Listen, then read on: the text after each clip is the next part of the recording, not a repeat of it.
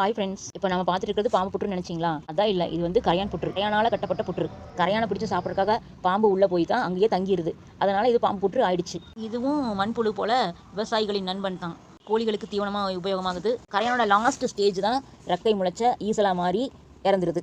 இதுலேயும் ராணி தேன் இருக்கிறது போல் ராணி கரையான் இருக்குது. அதோட வாழ்நாள் 20லேருந்து 25 வருஷம். அது வெறும் முட்டையாக வைக்கும். அது வாழ்நாள் ஃபுல்லாக. வேர்ல்டு பெஸ்ட் இன்ஜினியர் கரையான் அப்படின்னு சொல்லுவாங்க, படிச்சிருப்பீங்க. அது எப்படின்னு பார்க்கலாமா? ஆமாங்க, அது பெஸ்ட் இன்ஜினியர். அதனால் புற்று எவ்வளோ உயரம் இருக்கும், அதை விட 2 மடங்கு மண்ணுக்கு அடியிலையும் அதோட புற்று இருக்கும்.